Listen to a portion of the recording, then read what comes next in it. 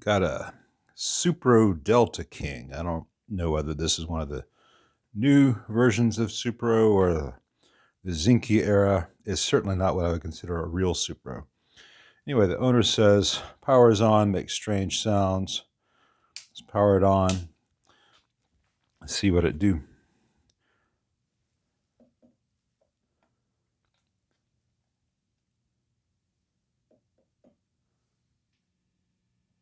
There's a sound, but the guitar is not coming through. I tried that a second ago. If I tap on these,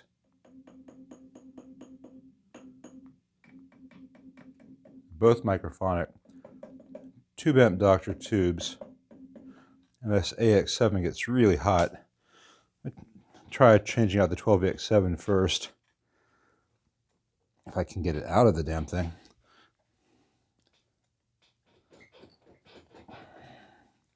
Where's my blue tape?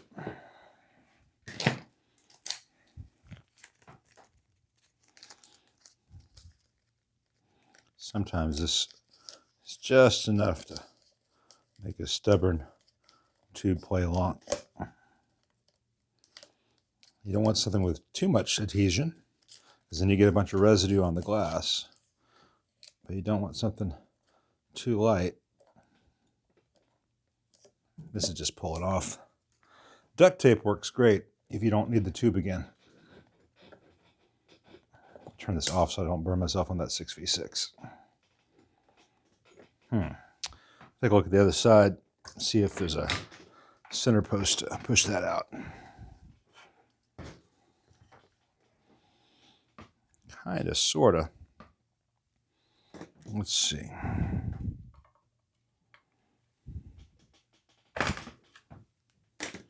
Don't try this at home.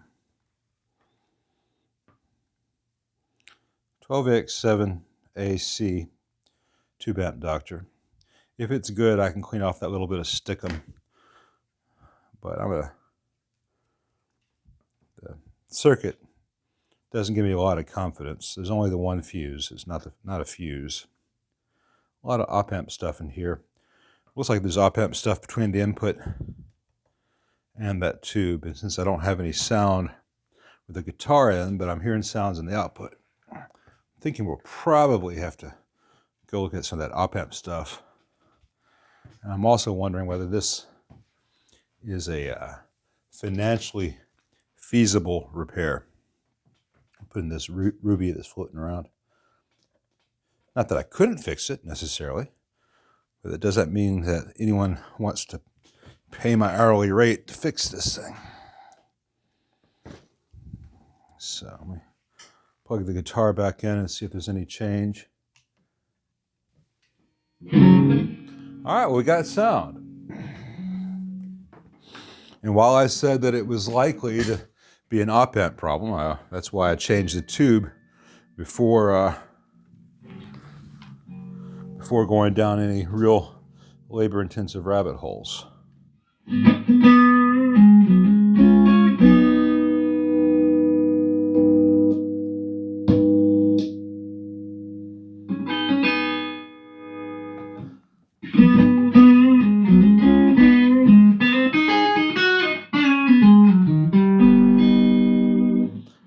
All right, I'm going to take some voltage measurements just to see where things are at. See what the bias is on this 6v6. I want to make sure that a new 12VX7 doesn't meet an untimely death like the old one did. I'm going to turn the current limiter off so I get a more accurate voltage. Got 124 volts coming out of the wall right now, which is a real world situation for an app such as this. Let's see, let's assume that that's ground. All right, so we got 275, 1.9, 242,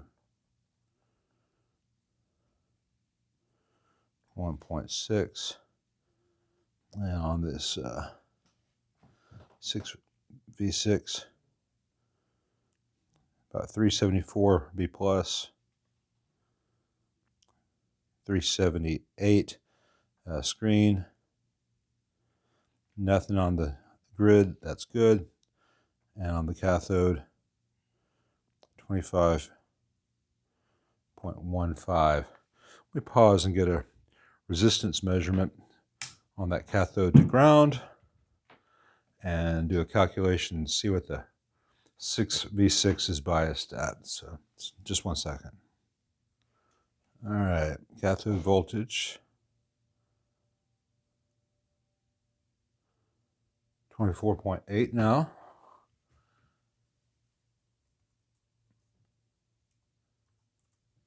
That's across a 561.3 ohm resistor. And then plate to cathode, 345.2.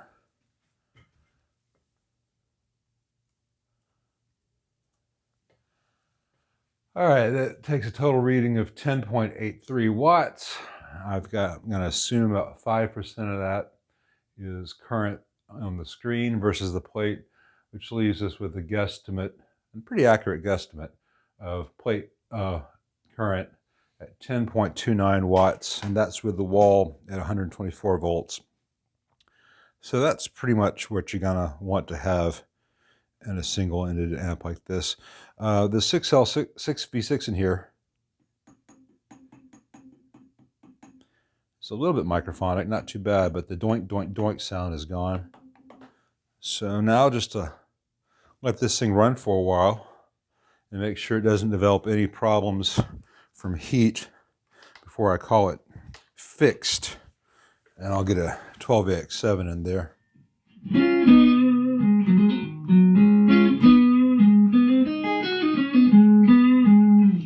So I'm going to let that run for a while. Just a general note, I'm not saying that the owner of this amp is going to do this, but owners of amps with similar very minor repairs are like, yep, got a bad tube, I changed the tube. There's a bench fee. And they'll flinch and they'll say, you charged me whatever to change a tube? And well, yeah, I did. And regardless of whether you could have changed that tube, you did not. So you took this to the local store, and I picked it up and I drove it here, and I opened it up, took all the screws off the back, pulled the chassis out, found the problem, fixed the problem, made sure the bias is the first round of making sure that everything in the amp is good, that nothing's going to catch on fire there. And then I'm going to give it a little bit of time to play in before I say it's done. And, I don't do an upcharge on the replacement tube. Whatever the 12AX7 cost me with tax is what he pays for it. So yeah, it's a fairly expensive way to have someone change a tube. But the time that I spend doing this, and that includes picking it up and putting it back together and taking it to the store for the owner to pick up, that's time I could have spent on something else. I've got early 90s AC30 that just arrived. I've got a 63 AC30 that just arrived. I've got probably like 20 amps in progress, every one of which I need to get to. And so time not spent on those, spent on this amp, has to be billed. If it was an obvious thing, if this were an amp where I could access the tubes without taking the entire thing out of the cabinet, and I took out a 12AX7 and put in a different one, and hey, came to life, I probably would have waived the bench fee and just said, hey, 30 minutes, man, 30 minutes in a tube. But on this modern amp, the entire thing has to come out of the cabinet to access the tubes. You can't do it in situ. I cannot just reach around like you would on a Fender and say, there's the tube. Anyway, so if I sound a little defensive, it's because I've been called many, many names, because I'm apparently a thief and a crook, just like all people who do things, a trade for a living, from one perspective. From a different perspective, when he gets this back, and I've done a little bit more testing, because I have a bench fee that covers X amount of time, I'm going to give him that X amount of time. I will know that this Supro Delta King will be as good as a Supro Delta King can be.